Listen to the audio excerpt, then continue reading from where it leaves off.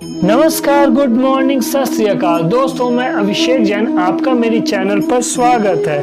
इस कहानी में हम भगवान शिव के बहुत ही प्रिय भक्त के बारे में जानेंगे, तो कृपया लाइक, शेयर और सब्सक्राइब कर ले। तो चलिए शुरू करते हैं। एक गांव के बाहर एक शिव मंदिर था जिसमें एक वृद्ध पुजारी रहते थे। एक दिन एक गरीब माँ अपने नन्हे बालक को मंदिर के द्वार पर छोड़कर चली गई। बहुत खोजने पर भी पुजारी जी को बालक के परिवार का कुछ भी पता न चला। जब गांव का कोई भी व्यक्ति उस बालक का लालन पालन करने को तैयार न हुआ तो पुजारी जी ने भगवान शिव की इच्छा समझकर उसे अपने पास रख लिया। पुजारी ने उसका नाम माधव रख दिया। गांव के श्रद्धालु भक्तों से जो कुछ प्राप्त होता उसी से भगवान शिव के पुजारी का और बालक माधव का गुजारा चलता। यदि किसी दिन कम भी पड़ता तो पुजारी जी भगवान को भोग लगाकर बचा हुआ बालक माधव को दे देते और स्वयं गंगा जल पीकर रह जाते। धीरे धीरे माधव बड़ा होने लगा। अब वह पुजारी जी के कामों में हाथ बटाने लगा था। वृद्ध पुजारी जी के थके हारे हाथों को कुछ आराम मिलने लगा, इसलिए उन्होंने माधव को मंदिर की साफ सफाई, भगवान शिव की पूजा और उनको भोग लगाना और उनकी आरती करने की विधि अच्छी प्रकार से समझा दी। अब वह स्वयं भगवान शिव के नाम जप और संकीर्तन में समय व्यतीत करने लगे। एक दिन भगवान शिव के मंगलकारी नाम का जाप करते हुए उनके प्राण छूट गए। अब बालक माधव का इस संसार में भगवान शिव के सिवा और कोई सहारा नहीं रहा। वह पुजारी जी की बताई गई 3 बातें कभी नहीं भूला। पहली बात, भगवान भोले शंकर को ताजी गरम रसोई का भोग लगाना। दूसरी बात, भगवान को भोग लगाए बिना स्वयं कुछ भी नहीं खाना। तीसरी बात, भगवान शिव पर विश्वास रखकर कभी भी किसी भी वस्तु का संग्रह ना करना। बासी भोजन का भी नहीं। यदि कोई भक्त पहले से बना भोजन या मिठाई मंदिर में दे जाता तो बालक माधव उसे गरीबों में बांट देता। वह ताजी रसोई बनाकर ही भगवान को भोग लगाता, उसके बाद स्वयं प्रसाद ग्रहण करता और सभी में बांट देता। यदि रसोई बनाने को सामग्री नहीं होती तो भोले बाबा और भक्त माधव दोनों गंगा जल पीकर ही रह जाते। एक बार बरसात का मौसम आया और 3-4 दिन तक मूसलाधार वर्षा होने से मंदिर में एक भी भक्त नहीं आया। माधव अपने भोले बाबा को गंगा जल का ही भोग लगाता और उसे पीकर रह जाता। भोले बाबा माधव की भक्ति और सहनशीलता की परीक्षा लेते रहे, किंतु आखिर में अपने भक्त को भूख से तड़पता देखकर उनसे रहा न गया। वह सेठ के नौकर का रूप धरकर हाथ में भोजन सामग्री की पोटली लेकर वर्षा में भीगते हुए मंदिर के द्वार पर जा पहुँचे। उन्होंने आवाज लगाकर माधव को बुलाया और उसके हाथ में पोटली देते हुए कहा कि सेठ जी ने यह भोजन सामग्री भेजी है, इससे रसोई बनाओ, भगवान को भोग लगाओ और स्वयं भी प्रसाद पाओ। मैं कल फिर आऊंगा। भक्त माधव ने आशीर्वाद देकर उसे विदा किया और सूखी गीली लकड़ियों के धुएं में गर्म रसोई बनाकर भोले बाबा को भोग लगाया। पूरे बरसात के मौसम में भोले बाबा नौकर के रूप में भक्त माधव को भोजन सामग्री देने आते रहे और स्वयं भी गर्म गर्म रसोई का भोग पाते रहे। एक दिन भक्त माधव ने सोचा कि सेठ जी को भोजन सामग्री भेजते हुए 4 महीने हो गए, परंतु वे स्वयं कभी मंदिर में भोले बाबा का प्रसाद ग्रहण करने नहीं आए। अगले दिन जब भोले बाबा नौकर के वेश में भोजन सामग्री की पोटली देने आए तो माधव ने उनसे बोला, भाई तुम्हारे इतने धर्मात्मा सेठ जी कभी स्वयं मंदिर में प्रसाद लेने नहीं आए, इस कारण मेरा हृदय अत्यंत दुखी हो रहा है। अपने सेठ जी से कहना कि कल वे मंदिर में प्रसाद ग्रहण करने अवश्य पधारे। भक्त की बात सुनकर नौकर बने भोले बाबा चौंक कर घबरा उठे और बोले, पुजारी जी, सेठ जी मेरे द्वारा आपको भोजन सामग्री भेजते हैं, आप इससे भगवान को भी भोग लगा लेते हैं और स्वयं भी प्रसाद पाते हैं, फिर सेठ जी को बीच में बुलाने की क्या जरूरत है? जैसा चल रहा है वैसे ही चलने दीजिए ना।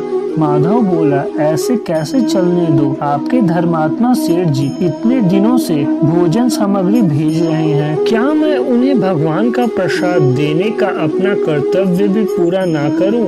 मैं किसी का उधार खाने वाला नहीं हूँ। अपने सेठ जी से कह देना कि यदि कल भोले बाबा का प्रसाद ग्रहण करने नहीं पधारे तो मैं उनकी भोजन सामग्री लेना बंद कर दूंगा। नौकर बने भोले बाबा तो अपने भक्त की अकड़ देखकर कांप उठे और यह सोचकर मन ही मन हंसे कि वाह, आज तो लेने वाला ही देने वाले को दोष दे रहा है। लेकिन सरल हृदय भक्त के मनोभाव देखकर वे बोले, ठीक है पुजारी जी, कल सेठ जी मंदिर में प्रसाद ग्रहण करने जरूर पधारेंगे। दूसरे दिन बड़े सवेरे ही भोले बाबा नौकर के वेश में दूध और बहुत सारी भोजन सामग्री लेकर मंदिर पहुंच गए। माधव चौंकते हुए बोला, भाई आज इतनी सारी भोजन सामग्री किस लिए ले आए? नौकर बने भोले बाबा बोले, पुजारी जी भूल गए क्या? आज आपने सेठ जी को प्रसाद के लिए बुलाया है, इसलिए आप रसोई बनाइए और भोले बाबा को भोग लगाइए। यह बता दीजिए कि सेठ जी किस समय पधारे। माधव ने प्रसन्न होकर उन्हें सेठ जी के आने का समय बता दिया और भक्त माधव की इच्छा पूर्ण करने के लिए भोले बाबा कैलाश पर सेठ का रूप धारण करने लगे। इधर अपने स्वामी को एक प्यारे भक्त के यहाँ दावत पर जाने का समाचार सुनकर ममतामयी अन्नपूर्णा माँ पार्वती भी भला पीछे कैसे रहती, वह भी पति की आज्ञा लेकर सेठानी का रूप धारण करने में जुट गई। भोले बाबा ने अपने गले से मुंडों की माला उतार दी, शरीर पर लगी बाघंबर और बाहों और कानों में पहने सांपों के हार भी उतार कर रख दिए। उन्होंने एक मखमल का कुर्ता धारण कर लिया, अपनी जटाएं भी सीधी कर उनमें गंगा और चंद्रमा को छुपा लिया। एक सुंदर रंग बिरंगी पगड़ी पहन ली, हाथ का त्रिशूल और डमरू भोले बाबा ने नंदी के हाथों में थमा दिया। पार्वती जी के तैयार होने की प्रतीक्षा करते हुए कैलाश पर चहलकदमी करने लगे। पार्वती जी ने सुंदर बनारसी साड़ी पहनी जिसका रंग सेठ बने शिवजी के कुर्ते से मेल खा रहा था। सोने चांदी और हीरे के जगमगाते हुए आभूषण धारण किए भगवान गौरी शंकर सेठ सेठानी का रूप धारण कर कैलाश से अपने भक्त के यहाँ दावत के लिए चल पड़े।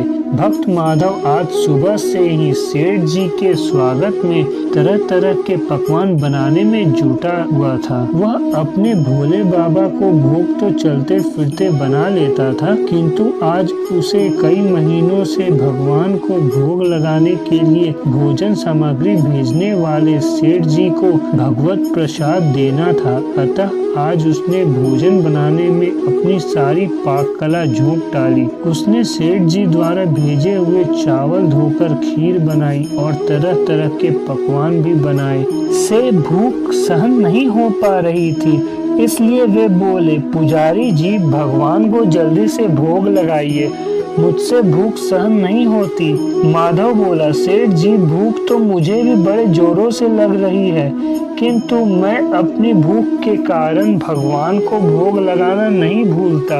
यदि दुनिया के सारे लोग इसी तरह अपनी भूख के लिए भगवान को भोग लगाना भूल जाएं, तो भगवान तो भूखे ही रह जाएंगे। सेठ जी बने भोले बाबा एक पत्तल उठाते हुए बोले, पुजारी जी आप भोग लगाइए, इधर मैं पत्तल परोस लेता हूँ, मुझसे भूख सहन नहीं हो पा रही है। भक्त माधव सेठ जी बने भोले बाबा को डांटते हुए बोला, सेठ जी भगवान के काम में ना तो जल्दबाजी चलती है ना कंजूसी। मैं जब तक भगवान को भोग नहीं लगा लेता आप रसोई के आसपास भी नहीं फटक सकते। इधर बैठ जाइए और ओम नमः शिवाय जपते रहिए, मैं अभी आता हूँ और आपको भर पेट भोजन कराता हूँ। सेठ बने शिवजी डांट खाकर चुपचाप अपने आसन पर जा बैठे।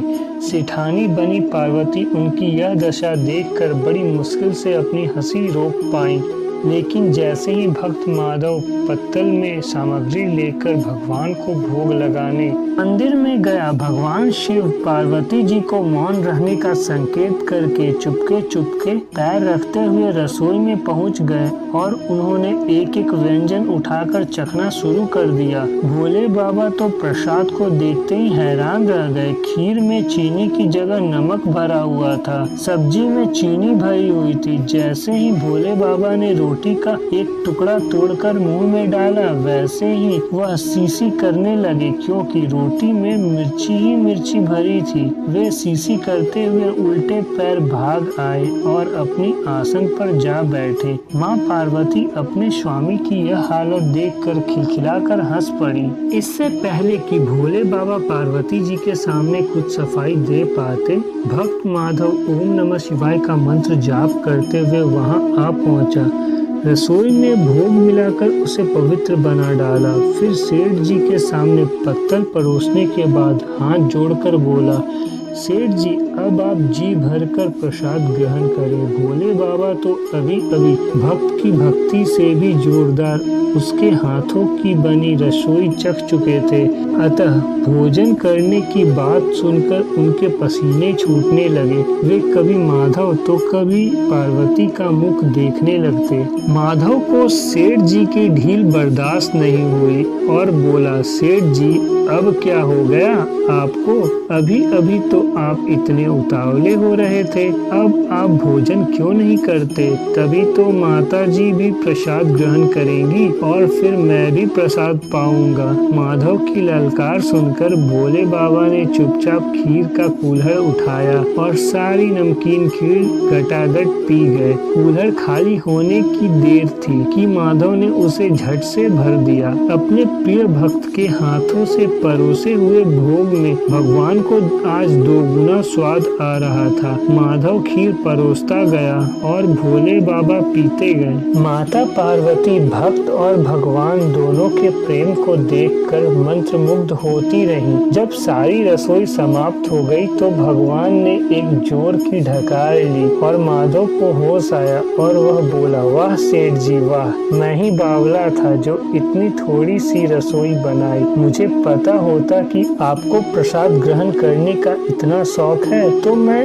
और ज्यादा ही बनाता। भोले बाबा अपने पेट पर हाथ फेरते हुए सेठानी बनी पार्वती जी की ओर देखते मुस्कुराते हुए बोले, पुजारी जी मैं इतना रोज कहाँ खाता हूँ, किंतु आज प्रसाद इतना स्वादिष्ट बना था कि अपने पर वसी नहीं रहा और खाता ही चला गया। किंतु तभी माधव रुआसा होकर बोला, सेठ जी वह तो आपने ठीक किया, लेकिन सेठानी जी तो भूखी ही रह गई। ममतामयी पार्वती माँ से माधव का रुआसा मुंह देखा नहीं गया। उन्होंने बची हुई खीर की 4 बूंद खा ली। भोले बाबा द्वारा भोग लगाने से प्रसाद में अद्भुत अलौकिक स्वाद भर गया था। ऐसी सुगंधित और मीठी खीर चखकर जगत माता पार्वती तृप्त हो गई और उनके तृप्त होते ही सृष्टि का प्रत्येक प्राणी तृप्त हो गया। भक्त माधव बोला, सेठ जी आपने और माता जी ने प्रसाद ग्रहण कर लिया, इससे मुझे अत्यंत संतोष हुआ है। समझ लीजिए कि आप दोनों द्वारा प्रसाद ग्रहण करने से मेरा भी पेट भर गया। मेरी तो वैसे भी महीने में 4-4 एकादशी हो जाती है, किंतु मैं भी एक दाना ले ही लेता हूँ, जिससे कि भोले बाबा के प्रसाद का अनादर ना हो। यह कहकर जैसे ही माधव ने खीर के पात्र में लगा चावल का एक दाना उठाकर अपने मुंह में डाला, उसकी जन्म जन्मांतर की भूख प्यास मिट गई, समस्त इच्छाओं की तृप्ति हो गई, उसके ज्ञान के नेत्र खुल गए और उसने देखा कि उसके सम्मुख त्रिलोकीनाथ भगवान शंकर और जगत जननी माँ पार्वती आशीर्वाद की मुद्रा में मुस्कुराते हुए खड़े हैं। माधव दौड़कर उनके चरणों में गिर पड़ा और बोला, प्रभु आज मैं आपके दर्शन पाकर धन्य हो गया। अगर कहानी अच्छी लगी तो कृपया लाइक, शेयर और सब्सक्राइब अवश्य करें और कमेंट में बताएं कि आपको अगले वीडियो में कौन सी कहानी सुननी है। तो फिर मिलेंगे नेक्स्ट वीडियो में, तब तक के लिए बाय बाय, धन्यवाद, राधे राधे।